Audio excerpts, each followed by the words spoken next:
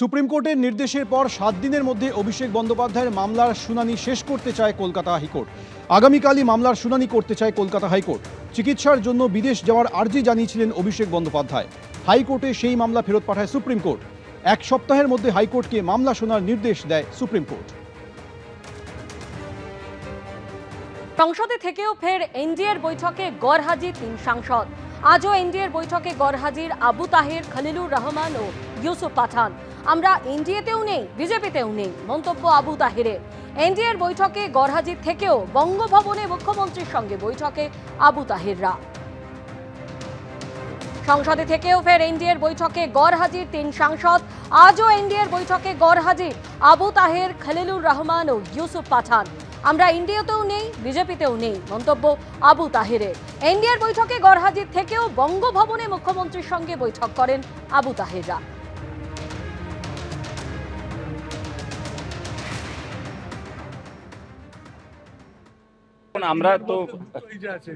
আমরা তো বলেছি আগে এনডিএতে আমরা থাকবো না, আমরা বিজেপিতেও যাব না।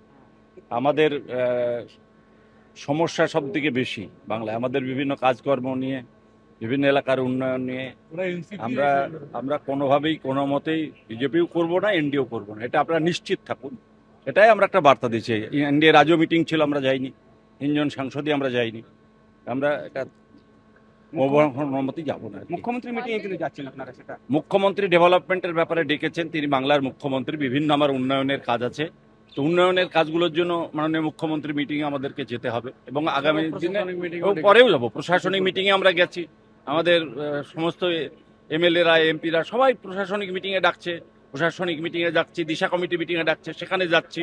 সুতরাং উন্নয়নের ব্যাপারে, আমার এলাকার উন্নয়ন এমনিই পিছিয়ে আছে, তারপরে এলাকার উন্নয়নগুলো যদি না হয় তাহলে তাদের আরও আমরা পিছিয়ে যাব। বিশেষ করে মুর্শিদাবাদের মানুষ, যে জিনিসগুলো আমরা বাংলার মানুষের যেগুলো স্বার্থ বিরোধী, সেই সমস্ত জিনিসে বিশেষ করে মাইনরিটি কমিউনিটির স্বার্থ যেখানে বিঘ্ন হবে, যেখানে স্বার্থ ক্ষুণ্ণ হবে, সেই রকম জায়গায় আমরা সমর্থন করব না। যদি বিপন্ন হয় বাংলার মাইনরিটি কমিউনিটি, যেখান থেকে আমরা নির্বাচিত হয়েছি, মুর্শিদাবাদ জেলা, সেই সমস্ত মুসলিম ভাইদের যদি স্বার্থ বিরোধী কোনো বিল আসে, সেই বিলে আমরা সই স্বাক্ষর বা কিছু আমরা করব না। আবু তাহেরের এই মন্তব্য প্রসঙ্গে এনসিপিআই সাংসদ শতাব্দী রায় বলছেন যে ওরা বলছেন এনডিএতে নেই, বিজেপিতেও নেই, হয়তো ওদের কোনো বাধ্যবাধকতা আছে। তারা তো এখানে ছিল, দেখলে তো, মানে তারা ও বলছে এনডিএতে নেই, ঠিক আছে, ওরা বিজেপিতে নেই, ঠিক আছে, ওদের বিষয়, এবং ওরা শুভেন্দুর কাছে তো এসছে এবং তোমরাও দেখলে যে ওদের কথা আছে এবং সেটা ভালো। ওদেরও তো কিছু বাধ্যবাধকতা থাকতে পারে, ওদেরও কিছু অসুবিধা থাকতে পারে, তো সেটাকে শুভেন্দুও সম্মান দিচ্ছে। এরম নয় যে না না কেন করছেন, এরমও বলছে না, বলছে ঠিক আছে। এবং সবসময় আমরা ওদেরকে ওদের যা ভাবনা, ওদের যা বক্তব্য সবসময় বলতে দিচ্ছি, আমাদের তাতে নিয়ে কোনো অসুবিধা নেই। আরেক এনসিপিআই সাংসদ রচনা বন্দ্যোপাধ্যায় বলছেন ওনারা আমাদের সঙ্গেই আছেন, এখন সব ভুয়ো আলোচনা হচ্ছে, আমরা 20 জন ছিলাম, এখনো আছি, এই সংখ্যাটা পরে বাড়তেও পারে। We didn't want to talk about NCPI or NDA or BJP, no.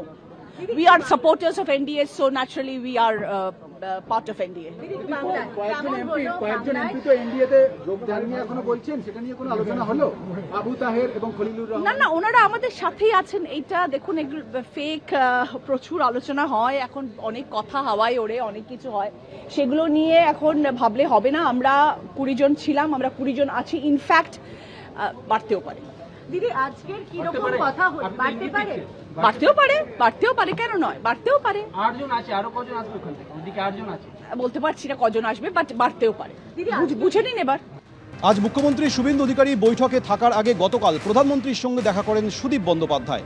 সেই প্রসঙ্গে তিনি বলছেন যে প্রধানমন্ত্রীর সঙ্গে দীর্ঘক্ষণ ছিলাম, তখন মুখ্যমন্ত্রীর কথা বলেছি, এবার উন্নয়নে প্রাণ ফিরবে, সকলকে এক হতে হবে, হাত শক্ত করতে হবে।